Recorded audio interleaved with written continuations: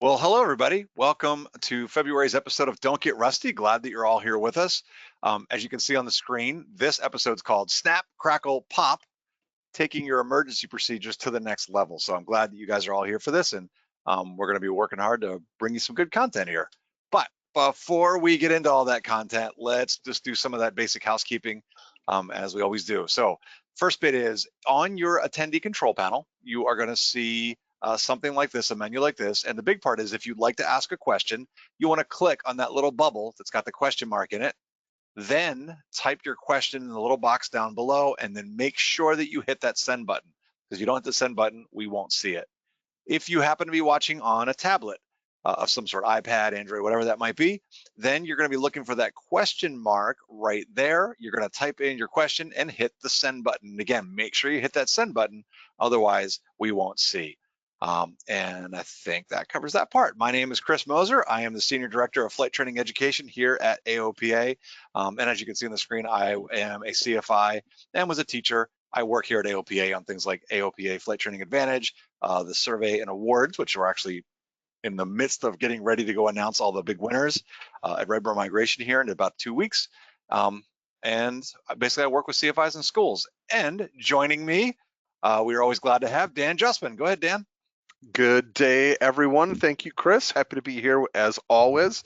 I get to work with the You Can Fly teams, the High School Flight Training Flying Club's Rusty Pilots Initiative. I'm an instrument-rated private pilot and just love being able to share general aviation opportunities with the world. We are in a great spot and able to do wonderful things, keeping GA alive, strong, safe, on lots of different avenues, this webinar being one of them.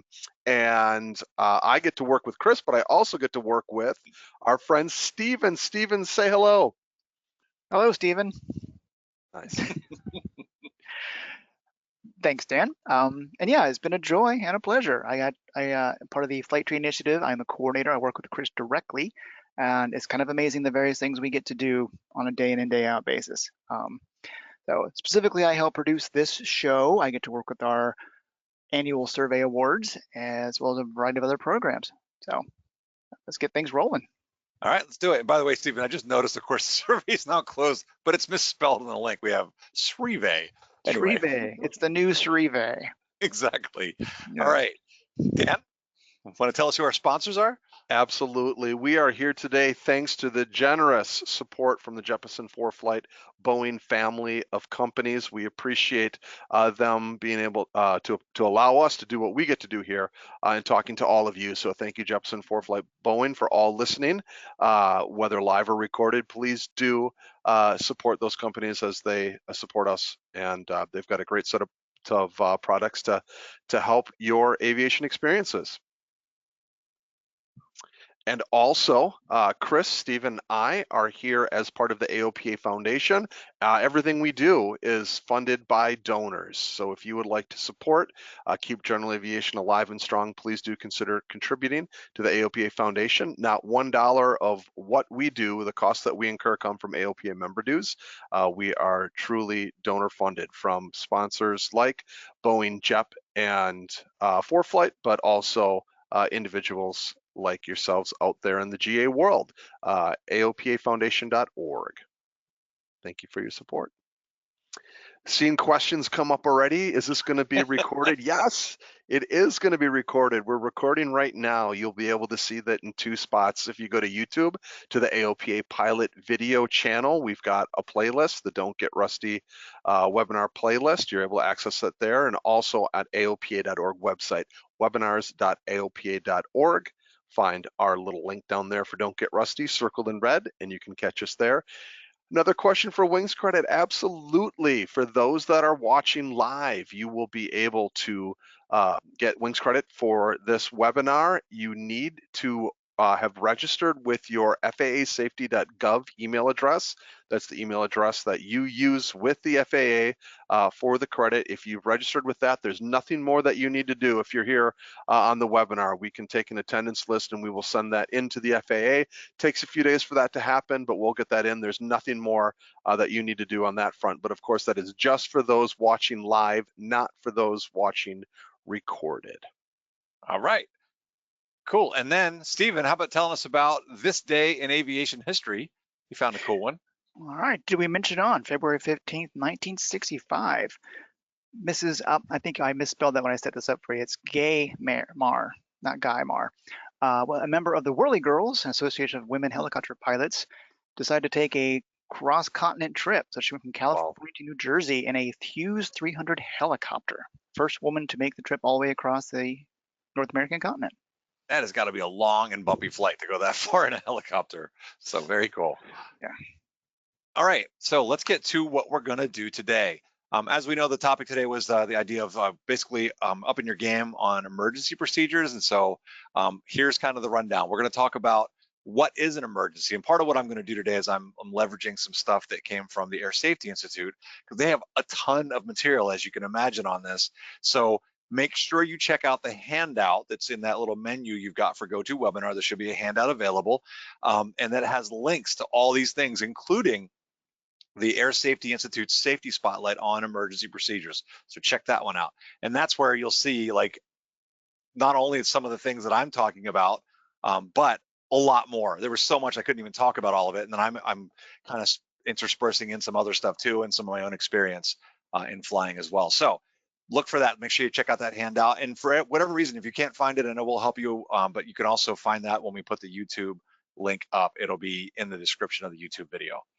Okay, we're going to talk about tips to follow in handling emergencies, how to train effectively. We had a few questions that came in early over the past couple of weeks, and so we're actually going to hit most of those, and we'll be prepared here.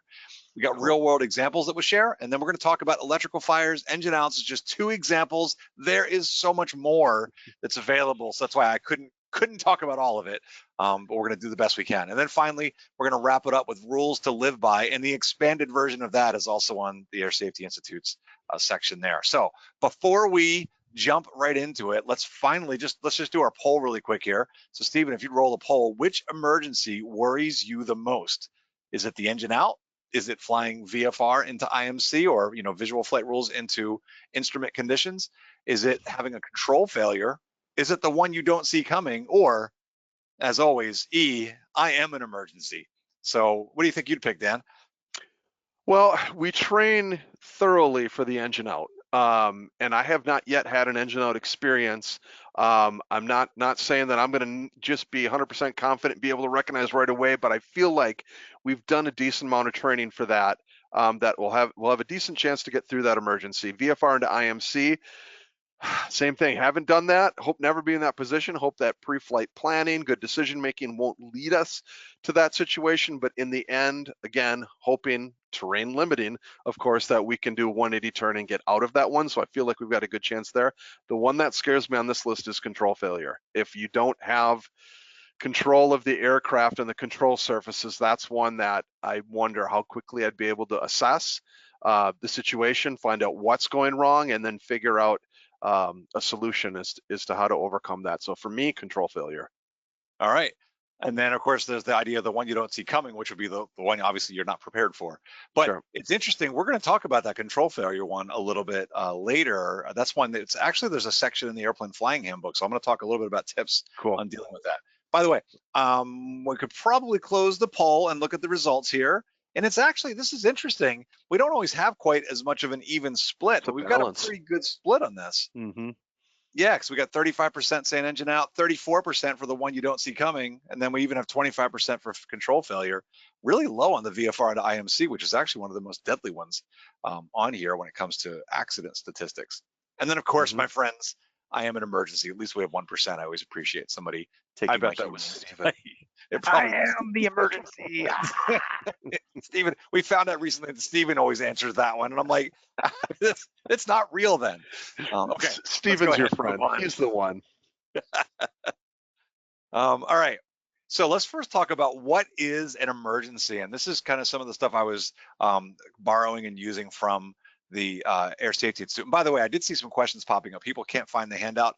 The handout, just to clarify, is not in the email announcement. So it's not in the email that you got, but it should be available in your little menu that you have for this webinar. And if for some reason you're having trouble finding that, it will also be available when we post this to YouTube. There'll be a link to it there as well. So Stephen or Dan, do you have any tips for them on finding that handout on the menu part, or? I think you've got it. Yeah, the panel that I have has handouts listed in the control panel. Just click down, click on the link, and it downloads that right to your desktop. Yeah, so that's where you Yeah, want to find. Anyway, I've got an iPad fired up. There's like a little document with the page corner turned down over on the right side on my interface. That's where you get it from there. So look for that. That's where your handout's going to be.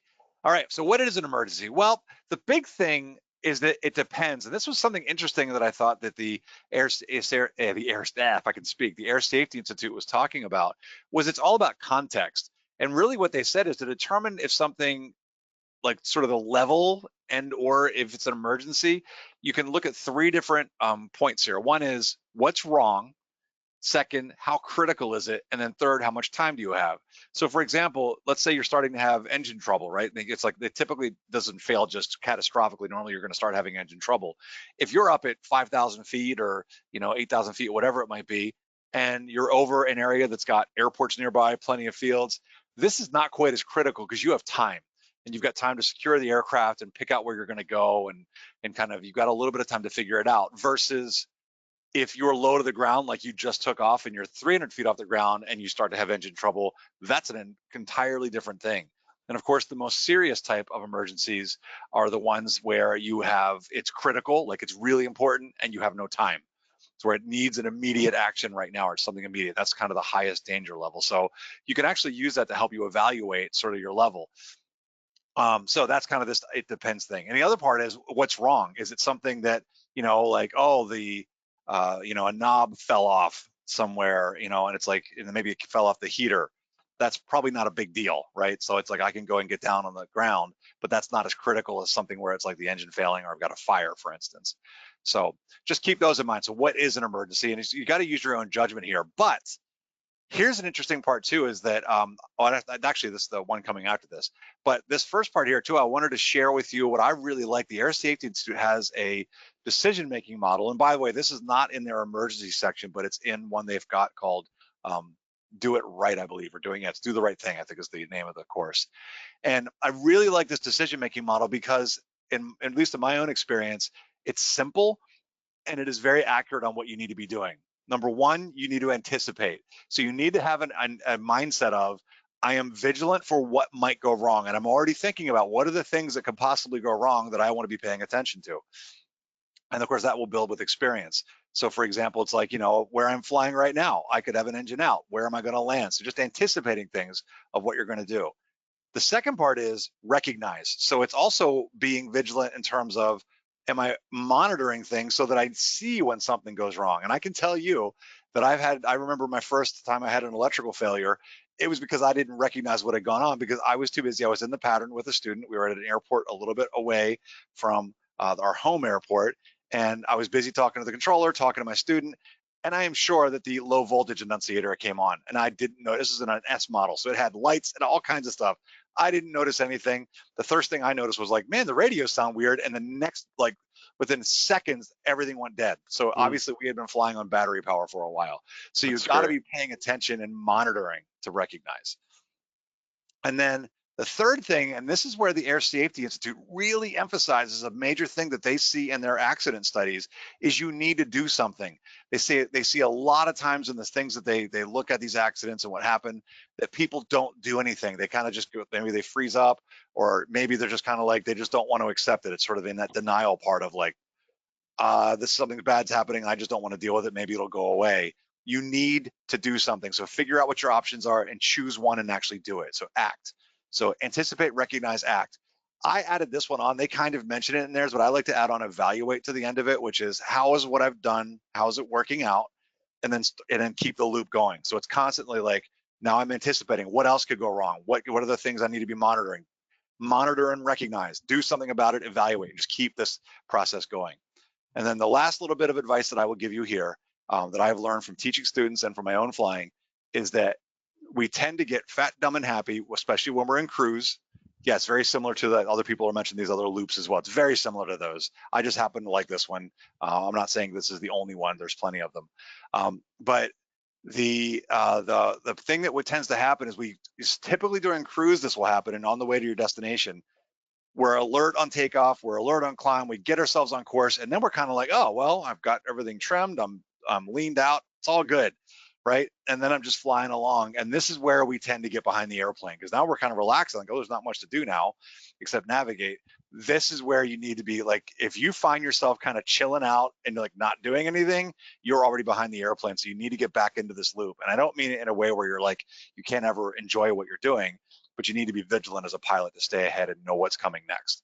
So just keep that in mind. That's my big recommendation. And I will share some real world stories in just a little bit of what stuff that happened to me. Okay, now this is the part that I thought was really interesting that I mentioned before. First part, do no harm. This is Air Safety Institute saying this. What you want to do, and I'll take questions. I'll ask you for questions, Dan, because I see that there might be some. On your initial response, the thing that they, again, looking at all these different accidents, the thing that they're really focusing on is that how serious is what's going on, and you need to be ready to do something, but don't overreact. And that's the key part, because sometimes people, they kind of panic and they overreact to something that maybe they didn't need, and they get so focused on it that they get distracted and they break rule number one down there, which is fly the airplane. So it's like maybe the door pops open. All of a sudden there's this wind blowing around and it's very disturbing and it's throwing me off. And so now I'm so focused on that, and I've got a story about this. I get so focused on that that I'm not paying attention to what I should be doing, which is priority number one, fly the airplane. Airplane's still flying. Let's see if I can troubleshoot it, but let's go ahead and plan on getting it back on the ground, and I can deal with it when I've landed. So that's the big thing there. So rule number one, fly the airplane. Then if you have time, see what you can do to fix it. And then the third part here is get help. Do not be afraid to declare an emergency. So it's like we're all reticent, and I'm going to share some stories here, like I said, in a minute, to share like some of my own good experiences and bad experiences with this, things that I handled well and I didn't handle well. And the fact is, if you're talking to ATC, like, you know, you're already talking to Tower, or you're on with them with, you know, maybe it's a flight following or something like that, it's even easier because you don't have to squawk anything. You just tell them you're already talking to them. They already know who you are. And then finally, I know I've mentioned this so many times over past episodes, is make sure you are using your piloting command authority. You let them know what is going on and what you need. And by declaring the emergency, you get priority. I need this, because they're the ones that, you know, they're not in the airplane with you. You need to tell them what you need to operate the airplane safely and get down. Okay.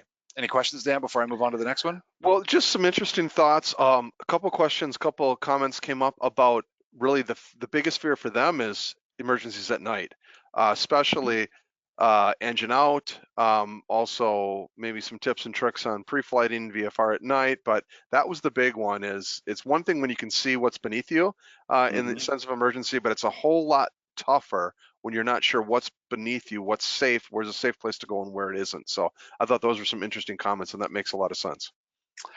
Yeah, we didn't do a section on the night flying in here, but the one thing really comes to my mind with the night one, and it does come down to your pre-flight planning, which we'll talk about here shortly.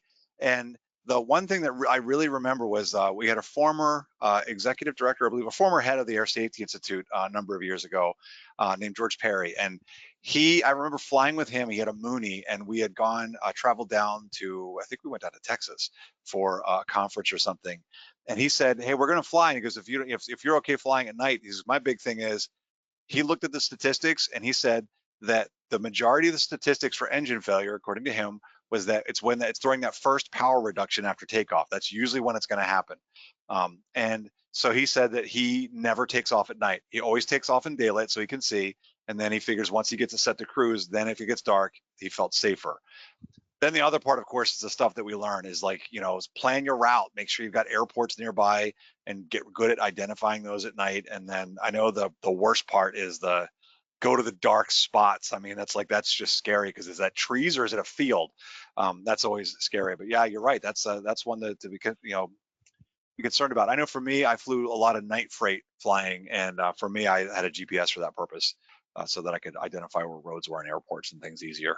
Hey, Chris, when, you know, I think you'll get into this later, but, you know, there's a natural hesitation for us to admit that there's an emergency. And I think that from the one thing that I've heard from those that have been in the emergencies and CFIs and DPEs and other pilots across is, you know, don't be hesitant to do that. But when actually making that declaration of emergency, we had a comment come up about pan. So Yeah. is that a phraseology that should be used to, I maybe tiptoe into that process? What's your thoughts on that? Yeah, so it's like, and you could do that too. I'm trying to remember. I remember seeing that, and I'm remiss to think about. I need to go look in the AIM to search it again. I could swear I remember seeing it in there, and it's kind of saying I'm a distress, that you could potentially use it. But it's yeah, it's like you can also just say, hey, I've got an alternator failure. I've got issues. So the biggest thing is just communicate with them. But you can Yeah, certainly try that. yeah, But I would say, and that's why I said I'm going to share some stories where I did yeah. not do it well, and then where I handled it better. That's all coming up here in just a minute. All right, let's Oh, talk about how we can train effectively to get ready for emergencies. I know somebody mentioned that. We even had an email early on for the thoughts of what's the best way to get ready for these. I think it was Adam that threw a question like this as well. So the big things you can do, and I've got a couple of steps here, is number one, study your checklist and use a checklist. So use the checklist, but notice what I've added on the second bullet here is memorized at at least. And least. notice I say at least the bold items, at least. And I gave an example here from Textron from a Cessna 172, or actually it's a 182. And you can see how some of the items there, some of the items there are bolded. And so those are a good clue of like, I should at least have those memorized. But in reality, you really need to be thinking to yourself, and in fact, I know a school where I used to work out in Arizona, we had a checklist that looks like this, and you'll notice this is the emergency side, and you might be able to see, it might be hard, but they've got some of the things circled in boxes. And what the boxes were, those were the things that they wanted us to memorize. Those were memory items. And here's the thing that I would say to you, look over the checklist for your airplane and think to yourself, if I'm in this situation, do I think that I've got enough time to read the checklist and do it? Or is this a situation where I want to have it memorized? For example, let's say you've got an engine fire during start. The last thing that I'm going to be doing is reaching for a checklist during an engine fire during start. I want to know what it is that I need to do and review those. And so once you've identified those types of items and things that I would want to be able to do by memory, not that I wouldn't back them up with the checklist as able, but what would be the situations where I absolutely would want to be able to just do and make that happen? So really think through and figure out what are the items I think I should memorize. And if you need help, get a CFI to help you too. I'm sure they'll be able to give you some advice on things that they would think about too. And then the other part is develop a flow for the aircraft that you're in. I know I shared this. We did an emergency procedure episode. I think it was our first year of Don't Get Rusty back in 2020, I believe. So there's an episode that we did way back then. You can go back and look that one up. And I mentioned this idea of using a flow. And so if I can just describe here, in a Cessna 172, I basically use one flow for flying a 172, no matter what I do, because it's in a relative speaking, it's a relatively simple airplane to fly when it comes to procedures. There's not a lot to all the systems. And so my flow always begins at the fuel selector. I work my way up. I check the trim tab to make sure it's where I want it to be. And then I will work my way kind of from right to left, touching the mixture, throttle. If it was an airplane like this one that has carb heat, I check the carb heat. There are my circuit breakers. I've got primer over here and ignition. Work my way up. I'm checking the switches. Are they where I want them to be? And literally what I do is I just pause. Mixture, do I have it set? Am I leaned? Is it rich? Where do I want it to be? Throttle, is that set where I want it to be? Check the circuit breakers. They all look good. I come over, check the ignition, still on both. Check the primer. It still looks good. It's in and locked. And I just touch these things and think. I just pause for a moment and think, where do I want this to be? Same thing with the master and the switches. And then I work my way up and I'll check the flight instruments, or if I've got enunciators up here. And then I work my way down, depending on how your airplane's laid out. This one has the all the engine gauges and everything else, and then the avionics. So I would just kind of go just do two sort of swipes down. So make yourself a flow for your aircraft that makes sense. And what I will tell you is, I bet that in doing that, you will likely cover 95% of what needs to be done just doing your flow. And if you've practiced your emergency procedures this way, then it's the same thing. You'll kind of have a basic deal. Now, in some cases, the emergency procedures might be a little bit out of order of this, but that's where my next recommendation comes in, which is know your systems. If you know your systems, all of a sudden the checklist makes a lot more sense. So versus just like randomly, I'm going to do these things that are on there. I'm flipping switches and pulling levers, and I don't know why. If you actually understand what those are doing, it makes way more sense. And I'm going to give you an example of that in a second, but I'm going to go ahead and just check any questions before I move on to that next part. No, but I love that concept. It's know the why behind the what for this, especially because that will help with the decision making for sure. And not only that, but to me, it helps with the memorization, because True. if I know how the system works and I'm trying to memorize these steps, if I understand what I'm doing, now it's like, oh, I can see the methodology that I'm following and doing what I'm doing. So that's going to come up in a second. I think I've cut it maybe on the slide after this one.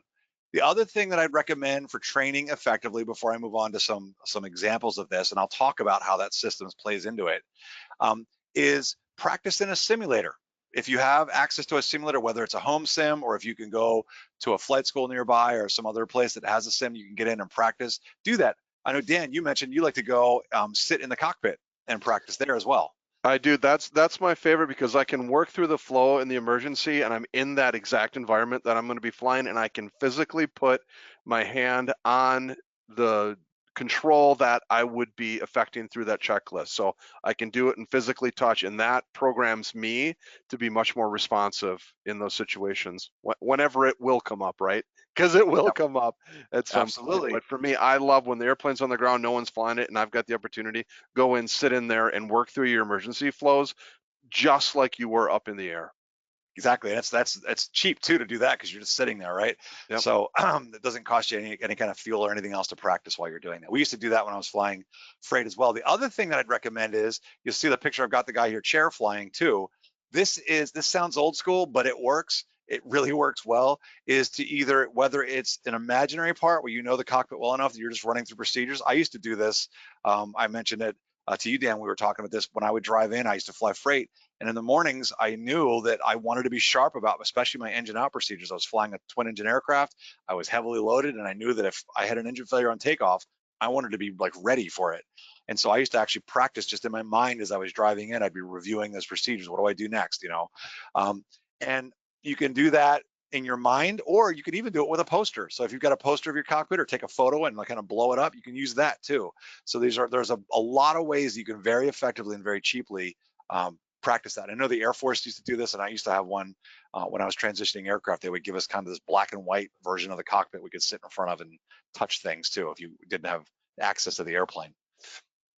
And then the big part of this, if you want to get good at this, you not only need to do these other things I'm talking about with develop flows, understand systems, practice, but you got to do it regularly. That's the only way you're going to stay sharp, is to just have a schedule where it's like every month or whatever it might be, I'm going to practice all my emergency procedures. And the sim is so great for that. I like to take people in the sim that we have here at AOPA, and I will sit there and just fail things and just have them repeat over and over, because within half an hour or 45 minutes, you can drill pretty much all of them, and you get really good at them because you're in that situation where it's like, I'm trying to operate the aircraft and these things are going wrong. Yep. Hey, Chris, two things I'd Yeah. love to interject here I think would be good timing. A great point from Scott. You see air show pilots chair fly their entire exhibition just prior to takeoff. So, a great example. It's not necessarily emergency, but certainly it shows the benefit of going through that, mentally preparing. I mean, you see it all the time with athletes as well, skiing the course in their head before they go. So whatever we can do, it seems like that would translate really well. And here's another one, Danny from Homer. This is a great example of that loss of control of aircraft, of an actual control mechanism that I thought was really interesting, that there was a solution there where he asked for some help. But he was circling over moose is what it says. So I'm guessing that's probably really was spotting moose out in Alaska. When the pin came out of the throttle linkage, I knew something was wrong with the throttle, wound up pushing forward and went full throttle, but pulling back did nothing. So he was then flying full throttle without the ability to retard that throttle. Flew the plane, had to push forward hard on the stick to keep from climbing straight up. Called Homer Radio. They suggested going to one magneto and using carb heat to control the RPM, the power, and the output of the engine. He came into Homer, Alaska, applied lean, so lean the mixture out, to kill the engine, landed dead stick, but all okay. So interesting way to full throttle, nothing you can do. Well, what can you do? Mixture, carb heat, magnetos, all of those had an effect that allowed him to get to the ground safely. I thought that was a pretty cool story. And it's like the old World War I planes where they were ground out. That little switch they had would just ground out the mags, so that's how they control. They didn't have a throttle; it was just power on or off. All right, so let's go ahead and we've got a lots more we want to talk about here too. And I did notice that people mentioning too. Santosh mentions here the Blues. I assume he means the Blue Angels. I know the Thunderbirds too. They all do the chair flying ahead. All right, so let's talk about a real world example now of how knowing your system can be helpful. The example that I'm showing here, and I have lots of links on the handout this month that you'll see, and this is an article, I think it's called Technique Electrical System Failure or something like that. You'll see the link, and it's got this exact graphic that I'm showing here on it. And so basically what it's doing is showing in the system when you have an alternator failure or you've got an electrical failure, what do you do about it? So what should you want to know? And so in this case, here's the checklist. I actually just kind of copied this off of what a typical GA aircraft like a Cessna 172 would look like. And if you see the ammeter going down and showing basically, all discharge in the sense of the battery or just negative, you see the voltage light come on. So things aren't being, that we're obviously not creating any electricity. Then you start to go through your procedure. All right. So unlike an over voltage where we'd have it pegged way positive, that could be a fire. And the one thing I got memorized there is master switch off. That's my thing. That's my whole memorized thing, because then I can go to the checklist. But first thing's master switch off. In this case, this is where knowing your system is really helpful. And what might be going on here is that what could have caused my electrical failure to happen? Well, I'd want to know in my system that the electricity that I have is created by the alternator, by its spinning, and it's got magnets in there and electromagnets actually with the field coil and everything. And so it's spinning and creating electricity, and it is controlled by this voltage regulator, or sometimes called an alternator control unit. And one of these things has probably failed. It could be maybe the alternator belt broke, and that's why it's not working anymore. But one thing that can happen is the voltage regulator or the alternator control unit senses how much electricity is being created, and it's the one controlling how much power that the alternator is making. If it senses an over voltage or it's like a spike of some sort, it will just shut off like a breaker blowing in your house where you've plugged in too many things and it'll blow. And of course, we know in our house that sometimes what you can do is go and just reset the breaker and everything's fine. Of course, if you reset it and it pops again, now you know something's wrong. There could be a short or something else. So that's kind of what's going on, is when we have this low voltage indication, it is possible that it was just a nuisance trip, like that little breaker kind of going off. And we just need to reset it and everything could be okay. Or it could be something else. And that's when we follow the checklist. So this is where it makes it really easy to remember what all these things mean. So the first thing you'll notice here is you're going to turn the avionics master switch off. We want to prevent any kind of voltage spikes going to the avionics because they're kind of, sensitive. So we turn the avionics master off while we're messing with this. Then we check the alternator circuit breaker. Is it blown? If it is, now it's like, do I need this back on? Because why did it blow versus a nuisance trip that's in the voltage regulator? Then I turn the master switch back off. So I'm going to turn it off. And basically what I'm going to do is when I turn this master switch back on, you might give it a minute to kind of just settle and cool or whatever. If it was hot, you could try turning it back on, and that might reset the voltage regulator. If in that case, the low voltage annunciator goes off, then everything seems to be fine. You can turn on the master switch, or the avionics master, I mean. If the low voltage light remains on, now you know, okay, that's not what it was. Maybe the alternator's bad. And this actually happened to one of our former team members here, Les and I. We were flying back from Tennessee actually, and we had this happen to us. We turned it back on, still no power. And so now we know we are running on battery power. So now you start to think to yourself, okay, non-essential equipment, what do I not need? What is the minimum equipment that I need for the flight that I'm in? If I'm in day VFR, it's not much.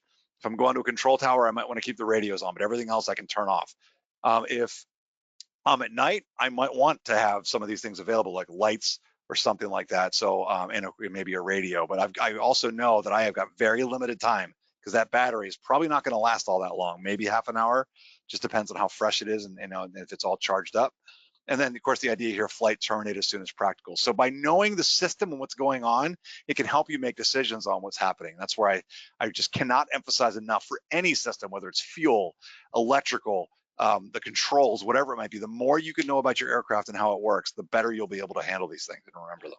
And along those lines, we had a great comment from Joe, who said it's a great idea for the pilot or owner to go to a maintenance facility, some sort of mechanic that can actually show you and talk you through what it is. So it's one thing to learn that through books. it's another thing to look at that as you're looking at the aircraft and learn it from those systems. And literally that does that, and that's what happens there. This affects this, this, and this. It's like that type of practical application was I thought was a really good idea. Was talk through it on an aircraft with someone who knows. Okay. By the way, I see another comment here. Don't see the handout in the email announcement. You won't find that handout in the email. It's going to be on your little menu on the side. So look for a section that's called handouts, or if you're on a tablet, look for the little piece of paper that looks like a piece of paper. Click on that. And if you still can't find it, you definitely be able to find it on the YouTube channel, or you can email us at ftinitiative@aopa.org. We'll put that email up later in the presentation here.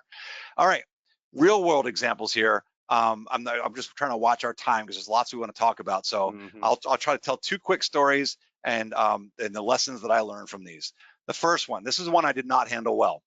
I was flying for the freight company. I was relatively new in flying a Piper Chieftain, which is a twin engine, aircraft. It's kind of a bigger Piper, turbocharged engines, piston.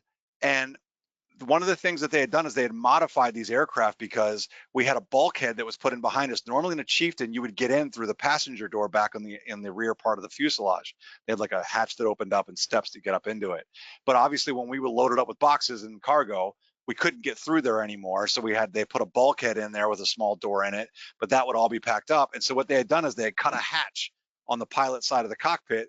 And then they had gotten an STC and everything, and basically had this hatch there that we would then climb in to the cockpit that way. And there were 2 latches that were secured it. And I remember during our training, they very emphatically said, make sure both those latches are latched down, because if it's not, this hatch can come off.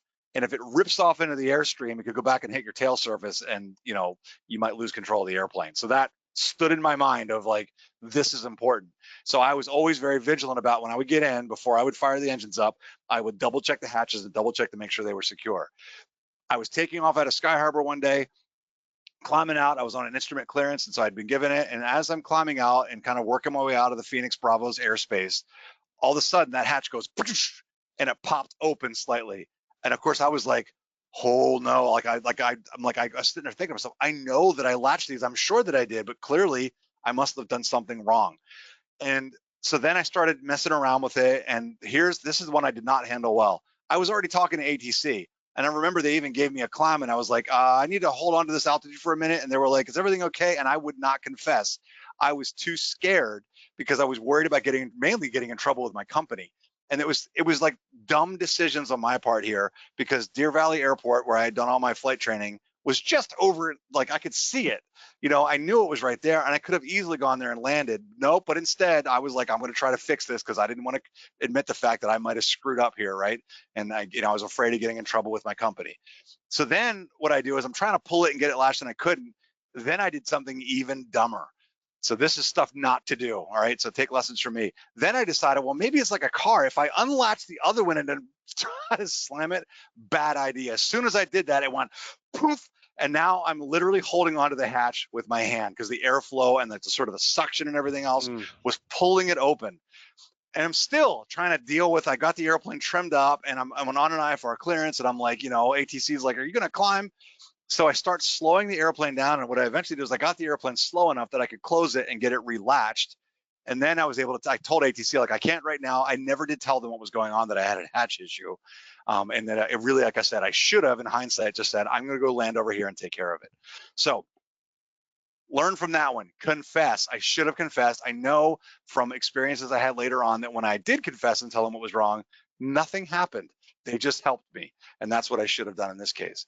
And the other one I had was I was flying a Beech 99, which is a turboprop aircraft. And in this one, I handled it better. I was up over northern Arizona on my way to Las Vegas. I was in cruise, sitting kind of fat, dumb, and happy because it was early in the morning. And I could remember thinking just like, oh, I've got another hour to go. And just kind of like, I've gotten everything taken care of. I've looked around. I don't see anything. And as I'm sitting there, both my engine fire lights popped on, because it was a turbo. It's got jet engines that drive the propellers. Well, immediately I'm like, oh, and it's like the panic sets in. And I remember looking at both wings, and then it occurred to me, I'm like, what are the chances of both my engines catching on fire? Because I was thinking, like, do I need to pull the T-handles and extinguish the fires, also knowing that I'm over mountainous region down here, where the heck am I going to land? But I looked out and I didn't see any smoke or anything like that. And I was like, Okay, this is all within a couple of seconds. And then what did I do? I went, boom, checklist.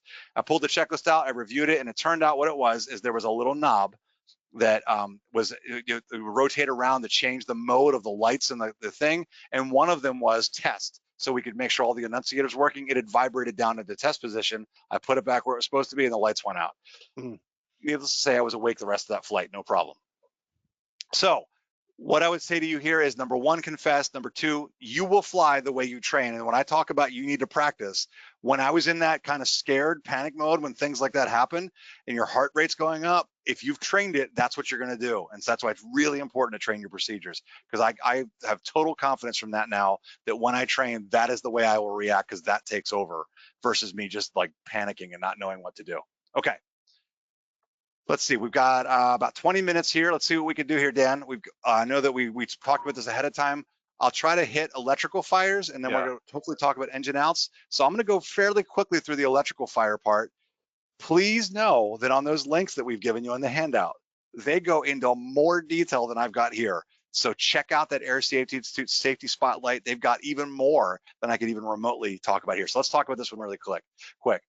With an electrical fire, I know that like when you're first learning, you're thinking, well, fire, there must be flames in the cockpit. And that's actually not the truth. That's probably the last thing you're going to see.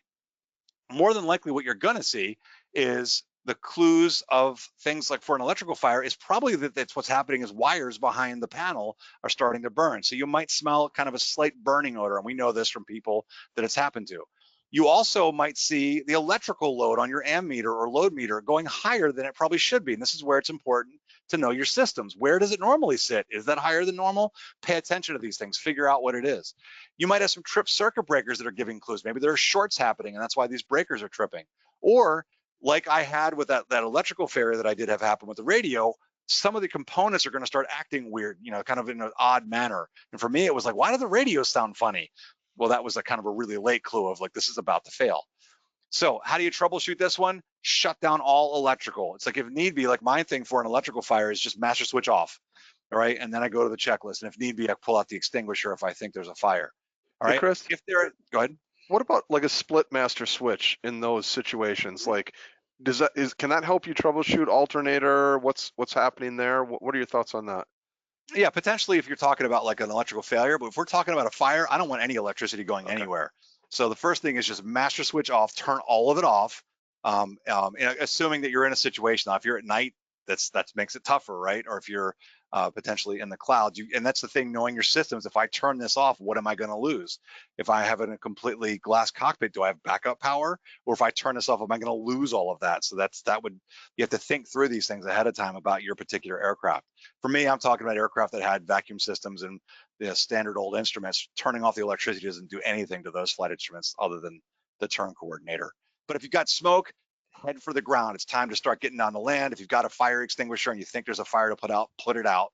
And then one of the things that they recommend is consider having a smoke hood like this one in the picture that you could put over to keep the smoke, because you may or may not be able to ventilate that cabin. In that Chief that I was flying, there wasn't really an easy way to ventilate that cabin. If I'd opened the hatch up, it might have just ripped off. So you got to know your aircraft and look at your POH. All right. Only consider resetting things that are essential. So what situation are you in? And think through these. Are you in IMC? Are you at night? Are you day VFR? Day VFR gives you the most options, because now I can really just fly with the engine. I don't need anything else to get the airplane down safely. If you think there was damaged wiring like this happened and you safely handled it, obviously get it on the ground, squawk it, get a mechanic to look at it. Don't let anybody else fly it. Vent, I mentioned, maybe check your POH. And then the biggest strategies that they give here from the Air Safety Institutes are get ready to land. Number one, declare the emergency, get help, and then look for the circuit breakers. Are there trips? Don't reset them if you think there was burning going on, because you could just restart the fire. One thing they even mentioned too was they said that the fire may continue. So it's like you might have turned everything off and still smell something. It could be that the stuff's still burning for a little bit. So get that stuff all off. Use the extinguisher and know your systems. All right. Now we've got about 15 minutes left. Let's see if we can do this engine out, because I know we had obviously I've got a little bit to share here with this one, but this is the one we all obviously train for a whole bunch. So the big thing here is, unlike what we practice with our CFI, where they pull the throttle back and it's, obviously the engine's still running and all that good stuff. If you have a real engine out, it's likely you're going to have the engine shaking violently. There's likely to be oil that's going to come up on the windscreen or smoke coming in. So it's going to be a lot more chaotic than you probably think. It's not exactly the way you train it, because obviously we can't train that one. But here's something that I thought was interesting. You can actually, if you pay attention and know your systems really well, you might be able to identify this coming before it happens. Is your airplane burning oil more than it usually does? If you're renting or you're at a flying club, are you guys keeping track of that? And if you're seeing the spike happen, that could be something where there's a leak happening, or something's happening to the engine where it's losing performance.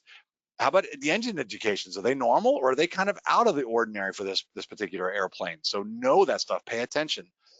How about the static RPM when you do your run up? Are you paying attention to how many RPM there always normally is?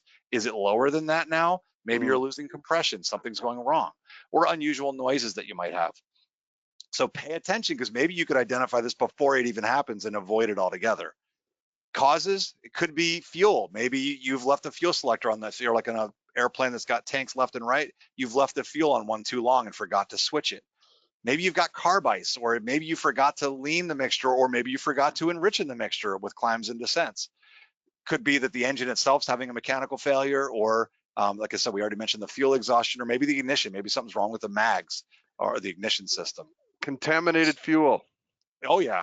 So again, that fuel issues, whether it's contaminated fuel, you have Jet A maybe in there by accident because somebody fueled it incorrectly. Lots of different things. So they put maybe MoGas in when it should have been 100 low lead, or whatever it might be. Yep. How about engine analysis strategies? The biggest thing is, this is the part that I cannot emphasize enough, is prepare. I hope you're getting this theme out of me. If you need to be ready before you go. So brief the contingencies. Not only study your procedures on the ground and be sharp at them, but brief them. When you go to take off, do you have a plan? If I lose the engine on the runway, what am I going to do? If I'm already off the runway, but I have runway remaining, what am I going to do? If I'm up in the air and I'm at below a certain altitude, what am I going to do? So brief your contingencies and be ready with these things ahead of time.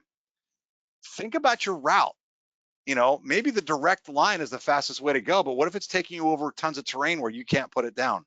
Is there a way that I could, go a little bit to the west or the east or whatever and have places that I could potentially land? Maybe you're going to plan your route staying close to airports along the way, so you've got options to get down if you need it. Stay sharp on your recurrent training. Be present for fueling. One of the things too that I remember, it was the same guy George Perry had done.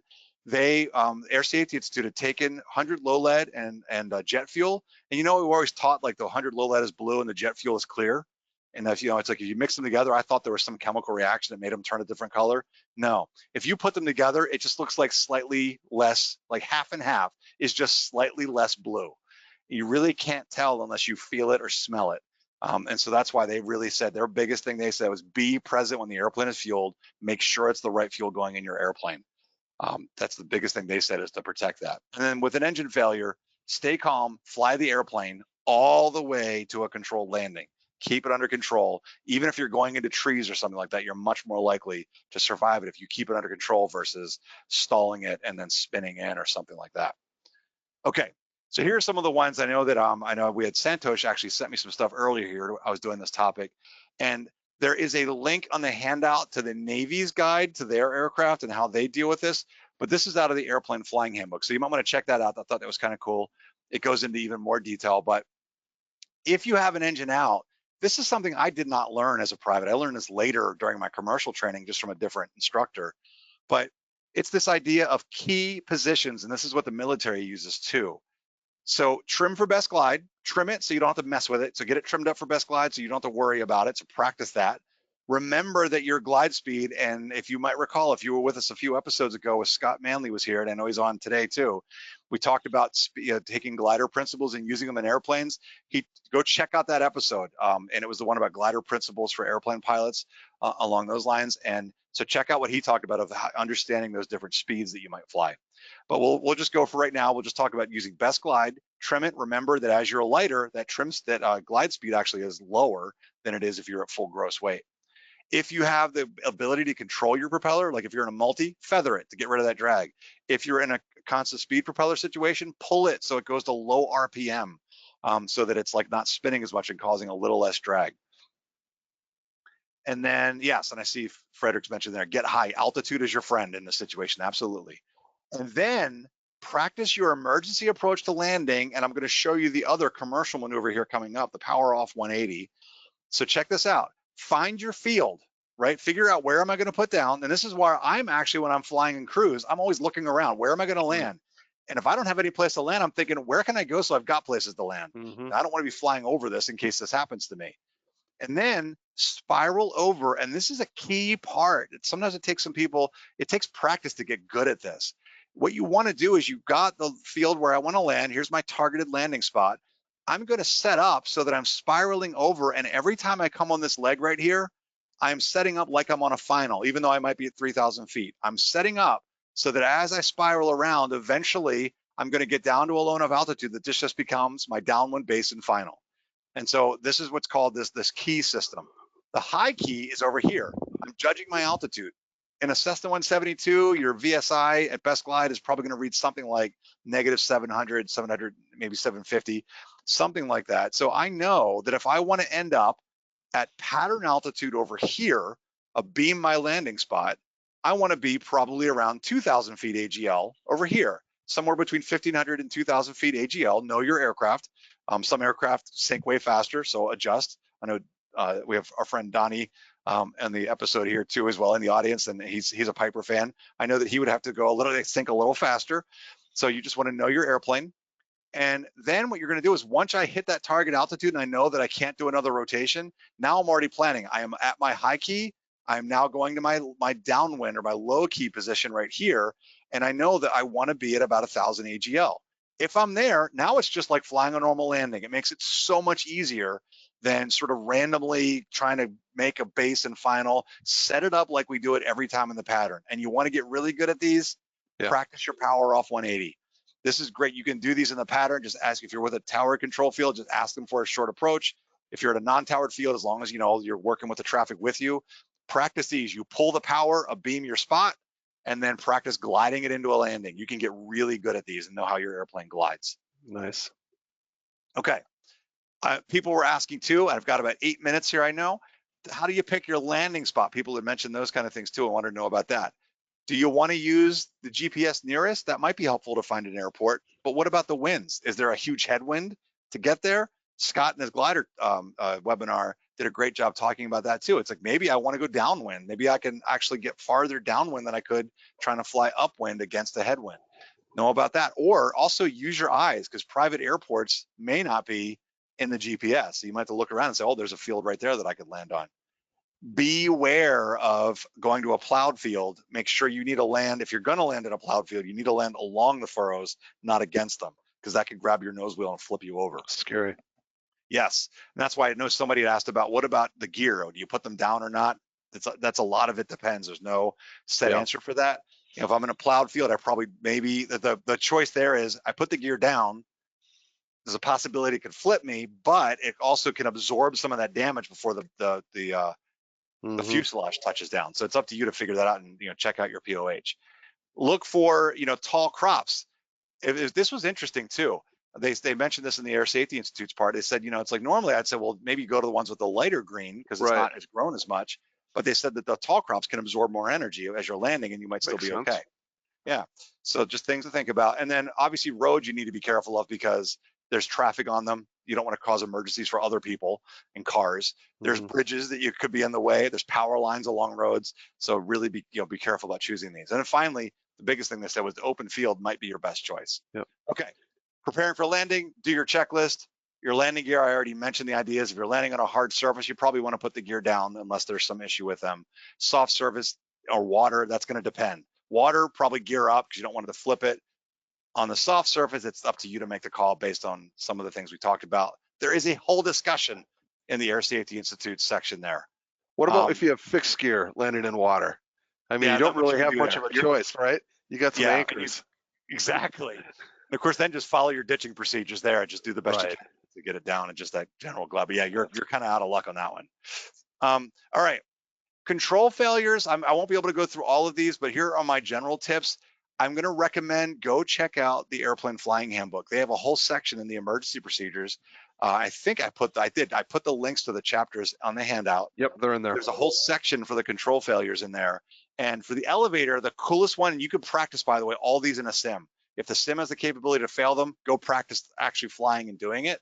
So with the elevator, the idea is that, say, for example, that it's probably not likely that both cables are going to fail, the up and down. So let's say that, for example, the only one that's working is pushing forward. So it's like I can push forward and the nose go down, but when I push back, it doesn't do anything. Trim way nose up, and now you can apply forward pressure to keep, kind of push the nose back down. And then as you need nose up, you just release pressure. And so they talk about the details in there. And then obviously with ailerons or rudders, you can just use the opposite to help you control. But check it out in the Airplane Flying Handbook and practice in your sim. Okay, last slide. I did it. I know I had to go quick there. It was a lot. Yeah. But rules to live by. This is the Air Safety Institute's got these great rules to live by. It covers a lot of what I've already talked about, and they expand out on them in that safety spotlight that I keep mentioning. Number one, thoroughly brief your contingencies and procedures. Choose your route wisely. Practice with a CFI. It makes sense, right? So get somebody that's experienced in this airplane to help you and practice with you. Equip for redundancy and survival. Have backups. Always have backups. And then if you're going on a cross country or something, have survival equipment with you too, and food. File and activate a flight plan so people come and find you. That does the search and rescue part. Assess the situation. So really think about, what situation am I in? What's the level of emergency that I'm dealing with, or is it just abnormal procedures, something I can handle? Fly the airplane all the way to the ground. Use your best glide speed, or if you make the judgment call, using the stuff we learned about with gliders, and prepare to land. If you're in IMC, do the best, know where VFR is and try to get to it. And then don't forget, declare the emergency. It's like I've told ATC when I've been in trouble, and all they've ever done is help me. I've never gotten yelled at. I've never gotten in trouble. And then stay with the aircraft. They mentioned if you do have to land somewhere off field, stay with the aircraft. That'll help people come find you, because they're more likely to find you with the aircraft than if you just wander off. Okay, Dan. Whew. You did it. That was amazing. Take a drink. So much more that we can talk about too. Take a drink. I'll take it for 5 seconds from you. We talked about AOPA Foundation, the philanthropic arm of the organization. If you are not yet a member of AOPA, please consider. Great resources available. Be part of the largest aviation community. Help us help you protect the freedom to fly. Wealth of information, and it is just a great community to be a part of. And Chris, what's next? Coming up next is March 21st. I believe our Zulu time is correct, and then we screwed that up. But 1700 UTC, 12 to 1 Eastern time. March 21st, we're doing a symphony of skills, creative ways to use a simulator to level up your flying. We're going to have a guest on, Josh Harnagle from Redbird Flight Simulation is going to be on to talk about creative ways to use the sim. So he and I are going to be doing a little conversation about what are some ways we could use a simulator to help us. Not only IFR, but certainly VFR and everything else in your proficiency. So I hope you guys will enjoy that. And if you've got ideas for future topics that you would like to see, there's that email also for any questions you might have about today, or like, if you can't find the handout for whatever reason, ftinitiative@aopa.org, ftinitiative@aopa.org. All right, Dan, we'll leave that up for a second, but I know our next slide is one of the questions. I'm sorry, we're so ambitious in trying to cover all these things, and there was so much more. I was just cutting things down. It was crazy. Well, that was great, and that does bring us to the end of the official webinar. So for those that need to get back to work, thank you for joining us on that front. We're ending it now for the wings credit on that end too, right?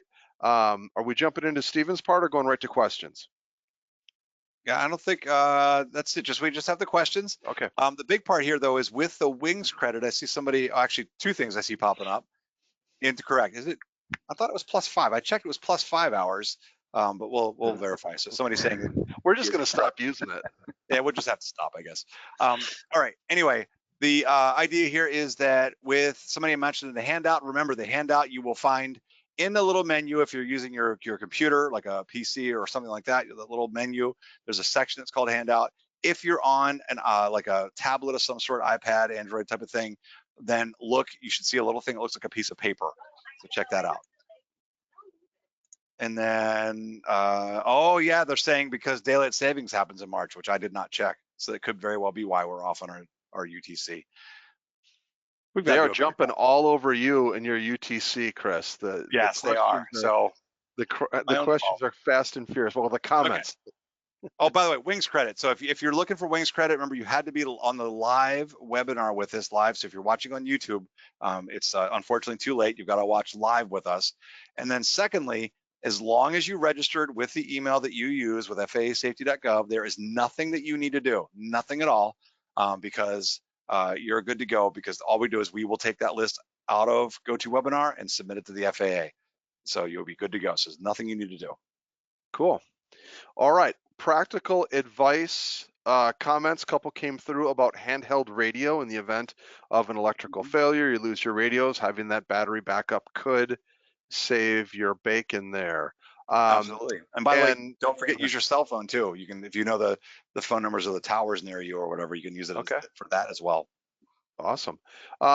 And in addressing the fear or hesitation to declare an emergency is that declaring an emergency does not require paperwork to be done.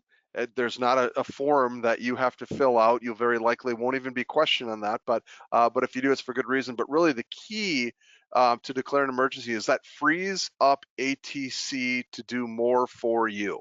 They can get focused on you, they can help you, they can find additional resources, they can clear your path, they can do more for you once you declare that emergency than they would normally be doing from normal radio conversations there. Okay. Sharing workload, if you've got someone else flying right seat, great point. Absolutely, whatever that person is capable of, do your best to share that. Several quotes from Bob Hoover. When faced with a forced landing, fly the airplane as far through the crash as possible. I love that one. That makes perfect sense. You've get to that point where, okay, we got to do something. We might as well do it everything we can to make that happen. Here's one, a last training flight before being released to the DPE. The CFI says, the yoke just came off in your hand. What do you do? Have you used that one, Chris? No, I have not used that one. That's a great one though. And of course, it's like I'm hoping people are thinking too, like we kind of mentioned with the other control failure, use the trim. It's like, Yeah. and that's a great one to practice. Like you can Yeah. actually do that in the airplane. You can simulate that. Yeah, but what a great line of questioning to make you think outside the box in those situations where what would you do? What could you do? That was kind of referring to that systems knowledge that you were alluding to earlier. Is the more that you know about it, the better equipped you're going to be to find solutions and workarounds there. So that makes perfect sense. I love the comments on the field type to land in. A lot of feedback coming through on that, and some support of what you were saying about corn is taller. You would think, oh, you're worried about getting caught up in that, but it actually could provide more cushion and a bit more forgiving there than something like soybeans that is low to the ground and could tangle and catch you, especially if you've got gear down or you've got fixed gear there. So interesting conversations on that front. I was going to say one thing to think about there is it's like it's with the coming from the glider pilot side of things too, is that I know from just reading books with the glider stuff as well, is that they think they have this whole off airport land. They do it right. They're doing cross countries. They know they might land off airport, and so if you land in that tall foliage or whatever, it's likely to damage the glider. So they would tend to want to pick something where it's a little lower so it doesn't damage it, so they can reuse. Obviously they don't have Sure. to pay for fixing it. So that could be part of it too. If you land in the corn, it's going to absorb the energy, but it's also probably likely going to do some damage to your aircraft too. Are you more important or is the aircraft more important? When it comes down to it, obviously you always are. And as my wife, who used to work in aviation insurance, said, that's what insurance is for. they will fix it. We didn't talk about ballistic parachutes, but dependent on what aircraft you're flying, that certainly is part of the consideration. What systems do you have available, and at what point do you pull it? So, any thoughts on and guidance on parachutes, like in the Cirrus or otherwise? Yeah, obviously, like knowing the training, and this is one of the symptoms of the ASI on that safety spotlight, that they have so much stuff that they did talk about the use of parachutes and when to do it. And the biggest thing I remember them giving guidance on was knowing the conditions when you can do it, sort of the situation that you're in, like speed wise, because you may not be able to do it at every speed. And then knowing when to pull it versus trying to land it. It's like, because obviously, like in a Cirrus, if you pull that, the airplane's done. because it's gonna take out the fuselage and stuff. It's gonna like destroy it in terms of being able to fly it again. So it's like you got to make the call there, but obviously the number one priority is the safety of you and your passengers. If you need to, as long as you're within the safe envelope, you pull it. But yeah, check out your airplane of the POH and all that good stuff there. And like I said, go look at this Air Safety Institute section. I've got those links in there for you guys. It's really good. Yep. One of I think the greatest advancements in technology that has helped with emergencies is with EFBs, the glide circles Yes. that adapt to terrain and wind and, that type of thing to give you a guesstimate, how far you can make it. It helps that guessing game. It helps your situational awareness. So I think that is one of the coolest features. I love flying with that feature on there, just so you know. And a quick reference, you don't have to figure out, am I going to make it or not? It's not 100% perfect, right? But it sure gets you close. And it'll rule out the airports that are not reasonable or possible to make. You're ruling that out right away. So yeah, that's what I was gonna say. Is at least help get you that realistic view of like I am not making it that far. So it'll help with that. All right. A note from Mike, just to confirm, with a constant speed prop, pull handle all the way out in an engine out. Yes, that was basically it's go to low RPM was the recommendation there. Right. That's again from the Air Safety Institute. So the idea there is that by pulling it to low RPM, the idea is that you're creating less drag with it versus at high RPM, which is typically, I'm thinking of the kind like an Cessna, you push it forward for high RPM, and that would be causing it to spin faster, which they're getting at is more drag, more resistance from the turning the engine. Sure. I had heard somebody say, and I'm not saying necessarily do this, I've never tried it, but I heard somebody say it's like if somehow you have the wherewithal to, this is like, I don't know what to, like I said, somebody's idea. I'm not saying that I'm going to necessarily subscribe to it, but if you could slow it down enough, you might get the engine from the prop to stop spinning. So then that would create even less drag. But the problem, of course, then you're playing with is if I get it too slow and I'm not controlling the aircraft well, I don't want to spin it or something or stall it. So sure. Anyway, yeah. Longtime viewer listener chiming in as always. Cardinal rule about popped circuit breakers.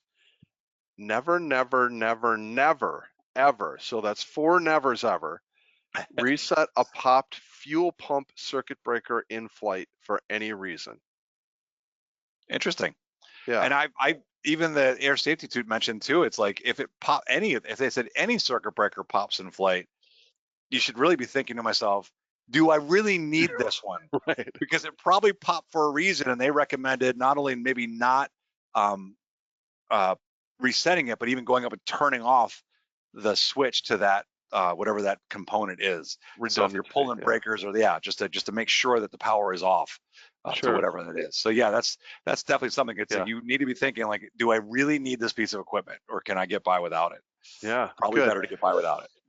A great thought from Gilbert, which I hadn't really thought of in these situations, but it makes sense. So after declaring emergency for an electrical fire, or even before for that matter, you're going to be shutting off the master, but you need the electrical system for your communication. So that's something to think about, right? What is the timing on that? And I guess it's based on the situation that you're in. And that's where I know that with the, I'm looking at the checklist here for the excessive rate of, it's basically the checklist for 172 says alternate or off, non-essential electric. Remember, you're still gonna have battery power if you have the battery side still on. But again, if I've got a fire, I'd rather just go land with it. Like I'd rather just come in and land and like ATC will see me coming than worry about trying to get a fire going or continue a fire. So non-essential electrical equipment off and then flight, So, but if you've got an electrical fire in the thing, it's basically just turn the stuff off. And then they say, they do mention, do you want to turn on them, like turn all the components off and then just turn the master back on? Yeah. And then turn on the thing that you need. It depends. Like again, if I'm Dave VFR, I may not care because at this point I'm in an emergency. I will let them know when I get on the ground that I'm in an emergency. They'll probably be able to tell something's up. Yeah, and that goes to a couple comments on here too. Is that in the emergency, like there's two things that are happening here. If you've got altitude, you've got time. On the other hand, things go by real quick. In that situation. So, and that was one note on someone who would talk through an emergency is that things were happening so fast they just didn't communicate. They just took care of what they were doing and just thought that is worth the consequences afterwards, just because they felt like they were running out of time. So Right. it's situational. Yeah. Number one, fly the airplane, get it There down you go. safely. That is rule number Yep. one. And nothing else. All the rest of the stuff is Yep. icing in those terms. Yep. A couple of quick comments I see here too is like the electrical failure. Make sure you've got enough power to drop the gear, right? But if it's a fire, make sure you know how to like extend it the emergency way, like in a Piper. A lot of times it's a gravity drop, or in a Cessna you can pump it down. So you know, make sure you know all your procedures if you've got retractable gear. And then for the communications part too, like Paul mentions cell phone and Scott mentions if you have a handheld radio. So those are all Yep. both great ideas. Yep. And also in assessment, noise canceling headphones hide a lot of things that are happening. You can feel what's normal in the aircraft, but if you're using noise canceling, you may not be able to hear what's normal. So maybe flick off if you have any concerns or something doesn't seem quite right. Flip off your noise canceling headset and see if you can help with that assessment. Here's an interesting one. So theoretically, this wouldn't lead to an emergency directly, but could if you don't do it right. A starter that goes out, you get it started, you're flying, but then for some reason the starters doesn't work when you're at your next location. Hand propping the aircraft, knowing how to do that safely is a great skill to have. If you get in a position, especially backcountry, where there isn't a lot of options, you should really know how to do that, right? Potentially, of course, the issue there, and I guess it depends on the situation that you're in, right? Yeah. But the one situation there is now you're getting into regulatory stuff too. The airplane you know is broken, and now you're going to try to take off with something broken on it. So it's like, you know, in that case, is it worth whatever it is? And so Right. it's like it depends. If it's a survival situation, obviously, yeah. If I know how Yep. to hand prop the airplane and get out of there, I'm going to do it. Yeah. If it's more of a just oh, this is inconvenient, then that might be Yeah. a different story. So There you go. yeah, Good assessment. well, somebody mentioned too. I didn't. No, I did never mention squawking 7700. I just kind of rolled that into the. I was trying not to go into all the little details you've already learned with that, but obviously, yes. If you have an emergency, it depends actually. Squawk 7700, unless you're talking to ATC already, there's no need to do so. You declare the emergency, they will tag it, Yeah. and you're good to go. They'll tell you what to do. Yeah. A cool comment on assessment. If there's like smoke or burning smell in the cockpit, did you just do something? Did you just do something prior to Right. that to help with your assessment? Or was this just something that happened out of the blue? You might be able to narrow down the causes of that a lot quicker if you can relate that to something that you've just done directly.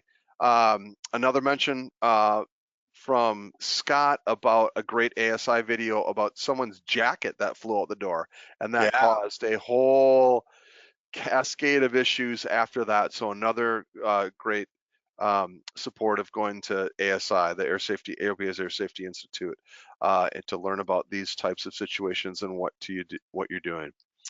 Let's see here. I'm getting a phone call coming in. Let's just nix that for now. What is your opinion on troubleshooting a problem before following the QRH? So a quick reference handbook. I feel like that's, what do you like? Do you have time? You know, all that is the assessment. Do you have time? What's the nature of the emergency or the situation, first and foremost, but also, how well versed are you on those memorization items and those checklist items? If you've got it in your head, you may not be that reliant, but are you going to have enough time to find the book, pull it out, find the page, get to it, or is a different course of action required there? That's that key part too of knowing your systems, knowing your procedures, and obviously knowing where your checklist is. That should be at the Yeah. ready, especially your emergency checklist. You know, but all the checklists should be somewhere where you know where they are. But I would definitely say that, yeah, it depends on what it is. Just like you said, Dan. If it's like, oh, this weird thing happened, it's like then I might try to troubleshoot. But like I said, it's that like when I had those engine fire lights go off, that's the best example of that. There was the immediate part of the panic that's just there because you're like, holy cow, like, is this really happening to me? That whole part happened. But then I immediately just went into mode of run my checklist, you know, and that's like, that's what helped me. So, and it turned out to be nothing. And that literally had the stuff to help me troubleshoot it. So they make those lists to help you troubleshoot the likely issues. Understanding them is going to help you remember and kind of know what indications are happening and like how to assess those of what your situation is. So When we were chatting about sims, there was a note on, and oh, by the way, any recommendations for building a sim? Um, if only we had someone from a sim company to help us on March 21st at 1600 Zulu to talk through opportunities with sims. So Paul would invite you to come chat with us March 21st with Josh Harnagle from Redbird. I'm sure he'd be Yes, he will happy be, to. and we're not just going to talk about Redbird stuff. Yep. Obviously, he Yep. will mention things that if there's an applicable part of things that Redbird will have, but we are going to be talking about in general things you can do with sims and Yep. home sims and everything else. Absolutely. So that'll be a great conversation. Did have a note question about impossible turn, engine loss on takeoff, and I think Chris, you nailed it perfectly. Is practice. Understand it, learn the limitations of the aircraft, and then you know what the cutoffs are. You know what your thresholds are Yep. to be able to succeed, or where that's not an option there. On Hey, I that fixed front. it, 1600 UTC. Way to go. I just didn't realize I could edit. I just didn't think about it. By the way, there's a great the impossible turn. There's a thing that ASI put out. There's an article if you Google AOPA. I did not think about that one in terms of sticking that. I think it's probably in that safety spotlight or the safety center that ASI. The links that I've got there, it's likely included. But they talk about ways that you can practice that and kind of to prepare in a conservative way to be ready for that if it were to happen. Interesting comment on what if ATC has given you directions and it was prefaced as, that may cause a catastrophic situation. But what happens when ATC gives you instructions that you don't feel so good about? Yeah, there's a great word you can use, unable. So it's like unable and because. So that's where that PIC authority is. If you're in that airplane and you can see something bad is going to happen if I do that, you let them know I can't do that. And if they're really busy, you just say unable, right? And it's like and then when you are able or when they're able to listen, or be able to have a minute, like a second for you to tell them, explain what's going on, like, and you could just do it very quickly. Unable, that'll put me into IMC, or unable that whatever the situation is. Sure. All right. So, since we've been working back through, there's been a lot more. Anything else we want to talk about while I screen these real quick? Let me just look at it because I've just watched the questions moving along here. Like I said, the biggest thing that I want to keep saying is check out the links. I know that I wasn't able to cover everything. There was so much. You could see I was cramming stuff in as it was, but there was a lots of other things that is available on that link. So definitely check it out. I see somebody mentions here that Alex from Redbird helped me in planning for their J all in one package. So yeah, like we're gonna have those guys on next month. So that'll be a really good one. I'm glad to have Josh on. He's great. Let's see here. Yeah, somebody said, question to ask yourself is Scott. He said, what would the jury say when it comes to like the legality parts? Like, it's like exactly what's the judge gonna say? I All love right, do you have another one there, Dan? Or no, yeah, you keep going. We'll work them through. There's a lot of the comments, but just some practical application stuff. But I feel like we've gotten through real well here. okay. I think we can call it. Yep, I think so too. All right. Well, hey, everybody, I'm really, really happy that you all joined us and stuck around here while we answered questions and things. Obviously, if you've got ideas for things that you'd like to see in the future, and which that's where this episode came from, we threw it out to you guys last time and said, what would, I think we had 3 topics, and what would you like to see? And this was the #1 choice. Yeah. The sim one we know was not one of those choices, but it was basically because we were able to get the guest. And so we're going to do that one. And I think then after that, we go, and I'm trying to remember that other topic off the top of my head, but we're going to take up that other crowd choice. But if you tell us what you want to hear, we will be glad to prep that for you or get somebody on that can help us do it. So just let us know at ftinitiative@aopa.org. All right, barring that, I think we're going to wrap this up. So thank you so much for being here, and we will see you next time. Thanks, everybody. Have a great month.